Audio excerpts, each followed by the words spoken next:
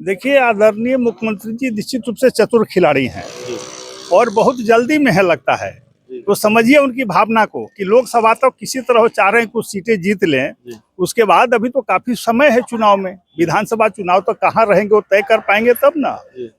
तेजस्वी यादव ने जो आश्वासन दिया है विधानसभा में कि हमारे चचा हैं, गार्जियन हैं, दशरथ की उपाधि उनको दे दी और कहा है कि इनके साथ कोई भी वहां पर दबाव बनेगा या कोई तिरस्कार होगा तो हम इनके साथ हैं। और लालू जी के छोटे भाई हैं, सब पूरी दुनिया जानती है। आज भी बड़े भाई छोटे भाई का संबंध है। लालू जी ने ही 90 में उनको उंगली पकड़ करके कृषि राज्य मंत्री बीपी सिंह की सरकार में बनवाया था।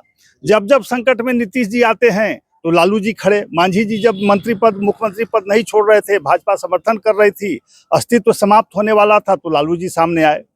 20 में जब अमित शाह जी और भूपेंद्र जी ने मिल करके इनका सत्यानाश किया चिराग पासवान को लड़ा करके, तो क्या हुआ? आखिर लालू यादव को सामने छोटे भाई के लिए खड़ा होना पड़ा, तब अस्तित्व बचा।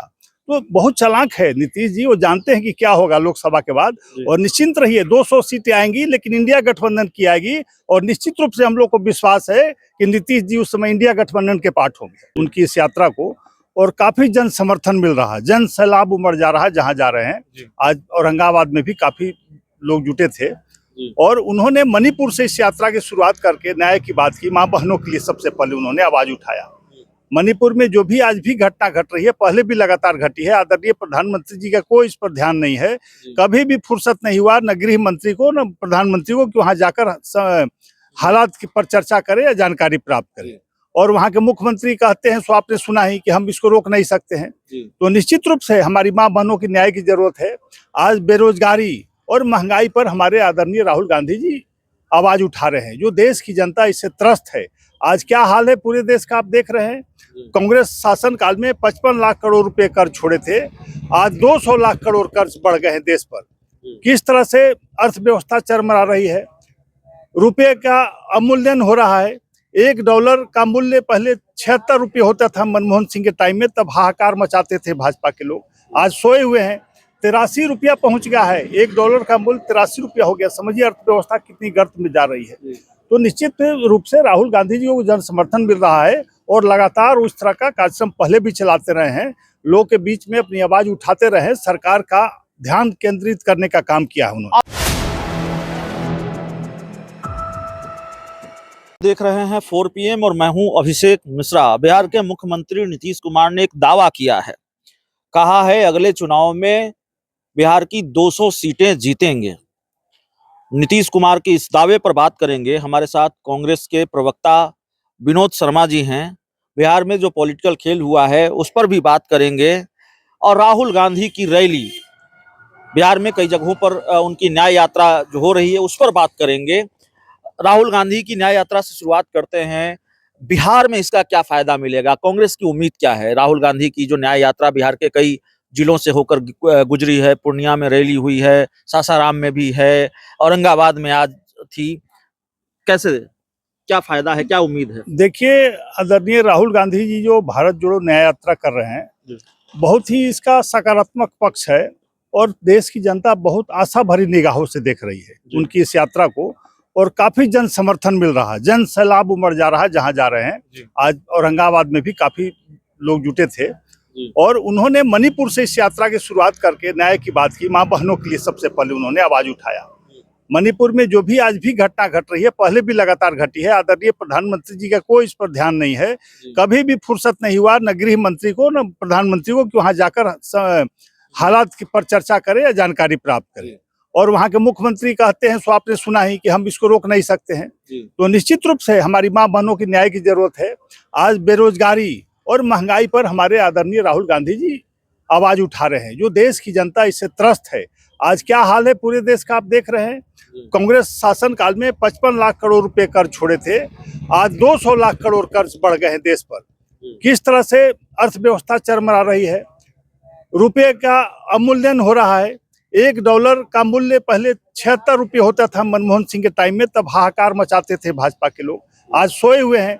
83 रुपया पहुंच गया है। $1 का मूल्य 83 रुपया हो गया। समझिए अर्थव्यवस्था कितनी गर्त में जा रही है।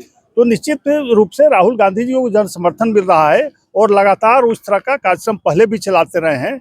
लोगों के बीच में अपनी आवाज उठाते रहे, सरकार का ध्यान केंद्रित करने का काम किया है उन्होंने। अब आते हैं उस दावे पर जो नीतीश कुमार ने किया है, विधानसभा में किया है कि अगले चुनाव में, विधानसभा की बात ही उन्होंने कही होगी, विधानसभा चुनाव की बात कही होगी, लोकसभा में तो 200 सीटें हैं भी नहीं। तो उन्होंने कहा कि अगले चुनाव में 200 सीटें जीतेंगे। नीतीश कुमार के इस दावे को कैसे देखते हैं? क्या ये कॉन्फिडेंस इस वजह से है कि भारतीय जनता पार्टी और नीतीश कुमार एक साथ आ गए हैं और नीतीश कुमार को लगता हो कि ये तिलिस्म है एक तरह का, और अब शायद इंडिया गठबंधन न तोड़ पाए? देखिए, आदरणीय मुख्यमंत्री जी निश्चित रूप से चतुर खिलाड़ी हैं और बहुत जल्दी में है लगता है। तो समझिए उनकी भावना को कि लोकसभा तक किसी तरह वो चाह रहे हैं कुछ सीटें जीत लें। उसके बाद अभी तो काफी समय है चुनाव में, विधानसभा चुनाव तक कहाँ रहेंगे वो तय कर पाएंगे तब ना। तेजस्वी यादव ने जो आश्वासन दिया है विधानसभा में कि हमारे चचा हैं, गार्जियन हैं, दशरथ की उपाधि उनको दे दी और कहा है कि इनके साथ कोई भी वहां पर दबाव बनेगा या कोई तिरस्कार होगा तो हम इनके साथ हैं। और लालू जी के छोटे भाई हैं, सब पूरी दुनिया जानती है। आज भी बड़े भाई छोटे भाई का संबंध है। लालू जी ने ही 90 में उनको उंगली पकड़ करके कृषि राज्य मंत्री बीपी सिंह की सरकार में बनवाया था। जब जब संकट में नीतीश जी आते हैं तो लालू जी खड़े। मांझी जी जब मुख्यमंत्री पद नहीं छोड़ रहे थे, भाजपा समर्थन कर रही थी, अस्तित्व समाप्त होने वाला था, तो लालू जी सामने आए। 20 में जब अमित शाह जी और भूपेंद्र जी ने मिल करके इनका सत्यानाश किया, चिराग पासवान को लड़ा करके, तो क्या हुआ? आखिर लालू यादव को सामने छोटे भाई के लिए खड़ा होना पड़ा, तब अस्तित्व बचा।